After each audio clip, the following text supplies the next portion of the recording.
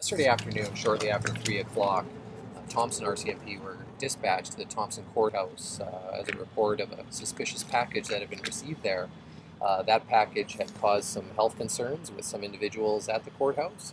Subsequent to that, packages have been located in the Winnipeg courthouse, in Brandon, in Morden, and in Manitoba as well.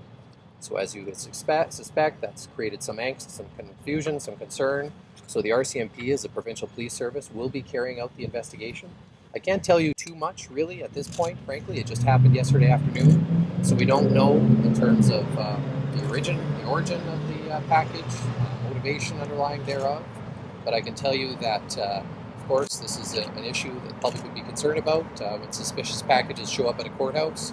So we'll be working with our provincial colleagues, other police services, other agencies, to investigate it fully. How many people were impacted in Thompson's health issue? What happened? Yeah, to my understanding, 2 individuals in Thompson suffered shortness of breath. Those type of symptoms were treated at the scene and released. I can't tell you too much in terms of long-term prognosis, but that was the extent of the health concerns that were suffered at that time by those individuals. As I understand it, no one else has been impacted physically or otherwise by these packages showing up at the various courthouses. What types of packages are we talking about here? Can you tell us anything about what showed up at the courthouse? Yeah, so it's envelopes in large envelopes containing a number of documents that are showing up at the courthouses. Beyond that, I really can't tell you too much. The investigation, of course, is just starting.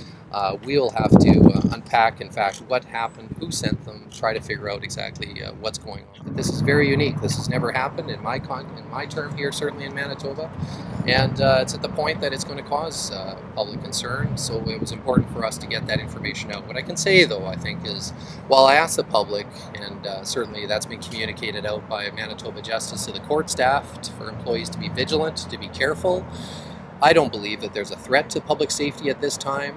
Certainly there's no indication that the public is being targeted in any way.